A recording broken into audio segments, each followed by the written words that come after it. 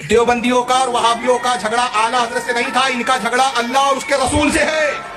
ये अल्लाह रसूल से झगड़ा लड़ रहे थे। कोई रसूल को झूठा कह रहा था, कोई रसूल के इल्म गैब को जानवरों पागलों से तशबीह दे रहा था, कोई कह रहा था माज़अल्लाह नबी का इल्म जो जानवरों की तरह, कोई कह रहा था मोहम्मद सल्लल्लाहु अलैहि वसल्लम बड़े भाई से ज्यादा नहीं, कोई कह रहा था मोहम्मद मरकर मिट्टी में मिल गए, कोई खबीस कह रहा था कि मोहम्मद से ज्यादा अमल में लोग बढ़ सकते हैं। किसी खबीस ने कहा नबी पाक सल्लल्लाहु अलैहि वसल्लम के लिए नऊज़ुबिल्लाह कि शैतान का इल्म नबी से ज्यादा है। किसी ने कहा नबी का मिलाद मनाना कन्हैया के जन्मदिन मनाने की तरह। ये रसूल से लड़ रहे थे। और कोई कह रहा था अल्लाह झूठ बोल सकता है, अल्लाह जो है गीबत कर सकता है, अल्लाह में ऐब भी है, अल्लाह ये सब करे तब भी कोई फर्क नहीं पड़ता। इसलिए क्यों कहता है इन्नल्लाह अला कुल्ली शैइन कदीर। तो अल्लाह को झूठा करार दिया जा रहा था, अल्लाह को भूलने वाला करार दिया जा रहा था। ये अल्लाह रसूल से लड़ रहे थे और आला हजरत अल्लाह रसूल की तरफ से वकालत कर रहे थे। और वकालत करके केस लड़के सुन्नियों को बता रहे थे कि जान लो इनको, ये मुजरिम लोग हैं और ये ऐसे मुजरिम हैं कि इनसे बचो और रसूल की बारगाह में अर्ज करो कि या रसूलुल्लाह सल्लल्लाहु तआला अलैहि वसल्लम इन मुजरिमों से हमारी हिफाजत कीजिए, इन गद्दारों से हमारी हिफाजत कीजिए। इसलिए कि कयामत में जब अल्लाह इनको सजा सुनाएगा, जो इनके साथ होगा वो भी जाएगा। हम बरेली वाले हैं पहचान लो, हम ही अहले हक हैं तुम ये जान लो।